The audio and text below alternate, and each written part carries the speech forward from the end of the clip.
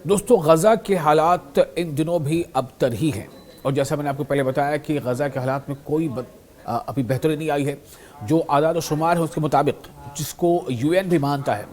उसके मुताबिक गज़ा में 80,000 के करीब, यानी 70,000 से ज़ायद और 80,000 के करीब जाने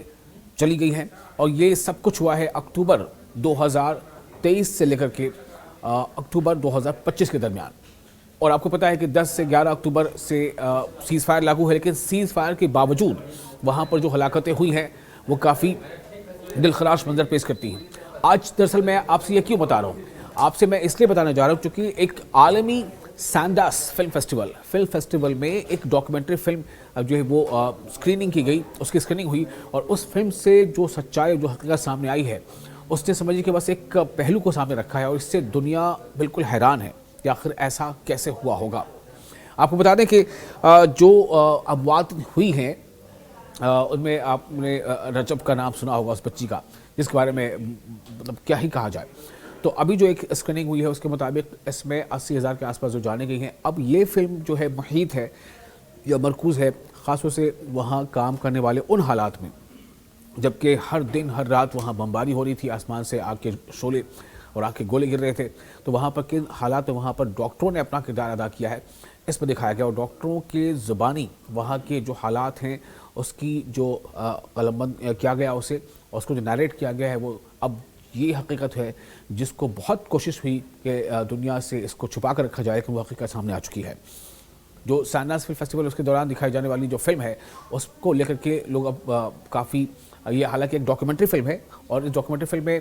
उन अमरीकी डॉक्टरों की शहादतों पर रोशनी डालती है जिन्होंने गज़ा में नस्ल कुशी, यानी जिसे हम जेनोसाइड कहते हैं, जेनोसाइड की जंग के दौरान गज़ा के अस्पतालों में खिदमत अंजाम दी। यानी ऐसे मौके पर जब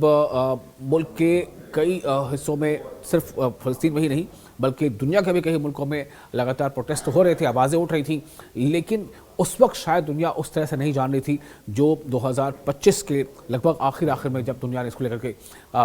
जाना और समझा, तब तक काफ़ी बड़ी हलाकतें हो चुकी थी। और उसके बाद लगातार चाहे यूरोपियन ममालिक हों, चाहे अरब ममालिक हों, या फिर बरसग़ीर हो, या फिर जो वेस्टर्न कंट्रीज़ हों, हर एक कंट्री में लगभग इसको लेकर के प्रोटेस्ट हुआ और इतनी ज़बरदस्त प्रोटेस्ट हुई कि एक दबाव बना, जिसके नतीजे में डोनाल्ड ट्रंप की क़यादत में एक सीज़ फायर जो है वो अमल में आया। हालांकि उस सीज़ फायर के अमल में आने के बावजूद, जब से सीज़ फायर अमल में आया उसके बाद भी 1,000 से ज़ायद जो है सीज़ फायर की खिलाफ वर्जियाँ हो चुकी हैं। अब आपको हम ये बता रहे थे, दरअसल सैंडास फिल्म फेस्ट में जो एक डॉक्यूमेंट्री फिल्म स्क्रीन की गई है उसमें क्या कुछ है। ये फिल्म तिब और सियासत, यानी जो मेडिकल लाइन है उसके साथ साथ पॉलिटिक्स के दरमियान घिरे उन डॉक्टरों की ज़बानी बमबारी और मुहासरे के साये में सिसकते आम शहरियों और तिब्बी अमले के दुखों को आश्कार करती है। और आपको जानकर हैरानी होगी कि जिन डॉक्टरों की नरेशन को इस पर दिखाया गया है उनमें अमेरिकी डॉक्टर भी शामिल हैं। अमेरिकी डॉक्टर का नाम ही है अमेरिकन डॉक्टर, नाम है इस फिल्म में एक यहूदी अमेरिकी डॉक्टर मार्क बेरलमुत्र के अलावा 2 दीगर अमेरिकी डॉक्टरों की रुदात शामिल है, जिनमें से एक फ़लस्तीनी निजाद अमेरिकी है। फ़लस्तीनी निजाद अमेरिकी यानी मतलब पैलेस्टाइन बॉर्न अमेरिकन। उन डॉक्टरों ने 7 अक्टूबर 2023 से शुरू होने वाली जंग के दौरान जख्मियों के जिस्मानी और नफ्सियाती इलाज के अपने तजुर्बात को कलमबंद किया है। आप जरा सोचें, एक तो आप ये देखते हैं कि सीधे तौर पर वहाँ पर जो तबाही हुई और इतनी बड़ी तादाद में, इतनी बड़ी जो है तादाद में लोगों की जानें गई हैं, जो एक इस मॉडर्न डे वर्ल्ड में इसके बारे में सोचना भी काफ़ी मुश्किल है कि आखिर ऐसा कैसे हो सकता है। अब आपको बता दें कि बॉसी टैंक की हिदायतकारी में बनने वाली ये फिल्म, इस फिल्म में तबाह हाल अस्पतालों के अंदरूनी मनाजर दिखाए गए हैं। आपको पता है कि जब इसराइल की बमबारी हो रही थी तो उसने तकरीबन 250 अस्पतालों को निशाना बनाया था और 400 के आसपास स्कूलों को निशाना बनाया था उस बमबारी में। यूँ कह लें कि बमबारी में निशाना बने थे schools, community halls, marriage halls, clinics, hospitals, ये तमाम के तमाम उस हमले के इज़्ज़त में आए थे। तो फिल्म के आगाज़ में हिदायतकारा ने जाबहक होने वाले बच्चों की तस्वीरों को ख़ास तौर से इस पर जानबूझकर नहीं दिखाया है ताकि उनकी हुर्मत का जो है एहतराम किया जाए। हालांकि मैदान अमल से डॉक्टरों ने जो मनाजर नकल किए वो निहायत दिलखराश थे। आपको बता दें कि गजा की वजारत सेहत के आदाद और शुमार के मुताबिक, जैसा मैंने पहले ही आपको बताया इस वीडियो के शुरू में, कि 80,000 के लगभग जो है जानों का ज़िया हुआ। हालांकि बहुत सारी ऐसी गैर मुसद्दक़ा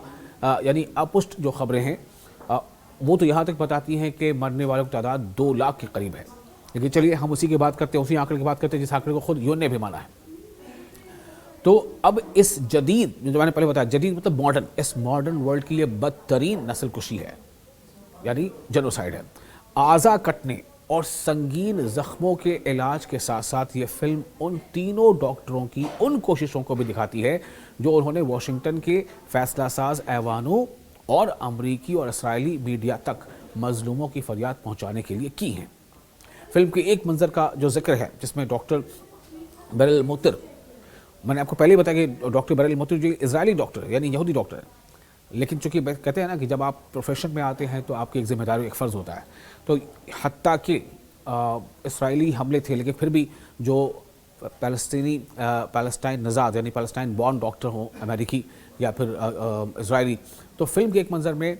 बेरिल मोतिर कहते हैं कि मजलूमों का हक़ सिर्फ इसी सूरत अदा किया जा सकता है कि उनके अजसाम और यादों को इस अलमिये और नस्ल कुशी की दास्तान सुनाने दी जाए।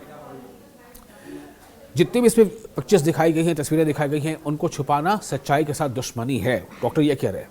कि उनके जो इस हमले में जो उनके जिस्मों के टुकड़े कट गए, किसी का हाथ कट गया, किसी का पैर कट गया, किसी के दोनों बाजू कट गए, किसी की आंखें बाहर आ गई, मतलब ऐसे ऐसे मंजर जिसके बारे में आप तो उसे सोच कर ही बदन से हट जाता है। लेकिन डॉक्टर ये कहना है कि जब तक आप इन चीज़ों को दुनिया के सामने नहीं लाएंगे तब तक इस जंग की जो भयावहता है या इस